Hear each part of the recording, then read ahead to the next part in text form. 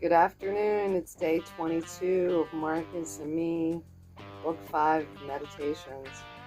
I've just stepped out of the air conditioning onto my shady porch to film the beginning of this. Today, Marcus is talking about talking to those who have offended you. Oh yeah. Check out these two little frogs. They're hiding in the sedum leaf. Hey little guys. What's up with you today? You hiding in the shade? Today's 22nd meditation with Marcus begins.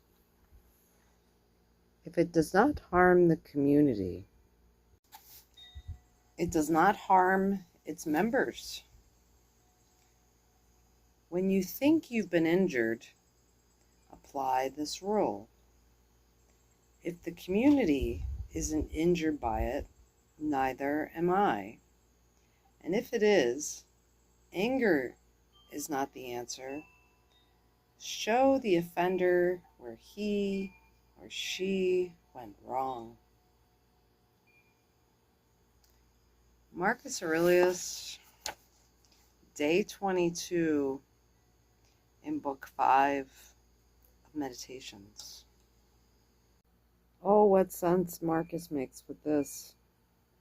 So basically, a lot of stuff is trivial. It's not harming anyone. Might be a nuisance. It might be painful for that person that's been the victim of the perpetrator. But when a whole community is harmed by a person's repeated actions, repeated without turning from those actions, continuing those actions, then we have a problem.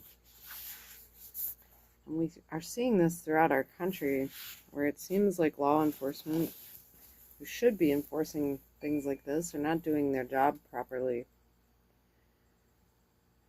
And even when you show certain offenders what they're doing is wrong, in their mind they're right.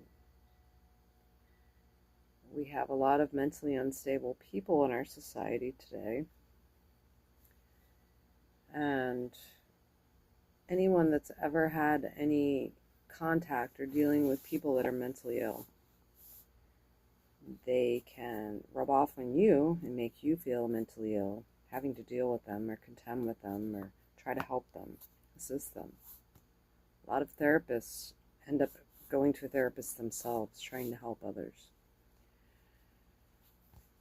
But it's been said, most crazy people don't know they're crazy. And you can show an offender where they went wrong all they want, and they won't accept it.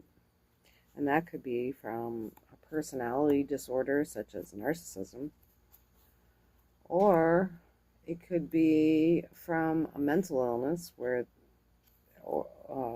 they have severe mental issues, mental impairments that would prevent them from even taking a good hard look at their actions. And then you go to the sociopaths and the psychopaths, and they don't care. That's the thing. I was talking earlier in God and Me about empathy. Sociopaths and psychopaths have no empathy. They can never put themselves in someone's shoes. There's nothing there except their own wants and needs. They're like worse than a primal animal in many ways. I just saw today on the news, and I don't even remember the case name because I don't keep track of all these news stories. It's so heart-wrenching, but it was the murders in Idaho. And the victims' families were speaking to him, and there was nothing there. Nothing. You could look into his eyes and see absolutely nothing. So you would be wasting your emotions, sitting there telling him what you're going through without your loved one, crying and all emotional for these cameras and all that. And then they pan back to this murderer because I believe he had murdered people in Idaho. And there's nothing. His conscience is seared. He has no conscience.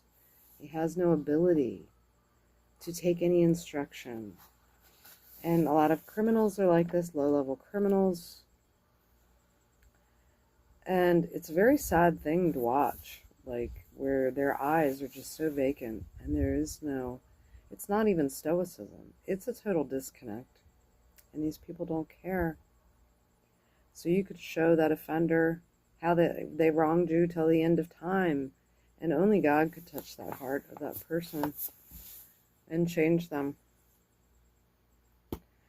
And no amount of trying to make a psychopath or sociopath feel your pain is going to change the trajectory of whatever you're dealing with, whether it's ongoing harassment or the murder of a loved one. So it's a very sad thing to witness. And saw it today. I don't have a TV, but saw the TV while I work, and I was like, wow, there's nothing behind those eyes.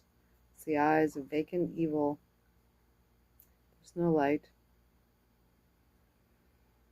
And no one is that good of a pretender. No one. So be wise out here these days, because not everybody, you can make them see how they've offended. A lot of people are people of the lie. A great book by M. Scott Peck, a Christian therapist who dealt with real people with real evil issues. It's a shocking read. Shocking. Especially when one case was about what parents did to their son. Man's atrocities against their fellow man, even their own flesh and blood. So, have a great day, everybody. Peace be with you. Making these short today because I had a whole lot of videos yesterday. And I had to work this morning, and I'm home, and it's later in the afternoon, and it's hot. It's done heated back up again here in the West Virginia mountains. I think it's in the low 90s. So, be wise. Read some Marcus. He really is a font of wisdom. And as my grandmother used to always say, look into their eyes. The eyes are the window to the soul, or one that doesn't have a soul. Has perhaps signed their soul away. Crazy times, my friends. Little sister zonked out from the heat.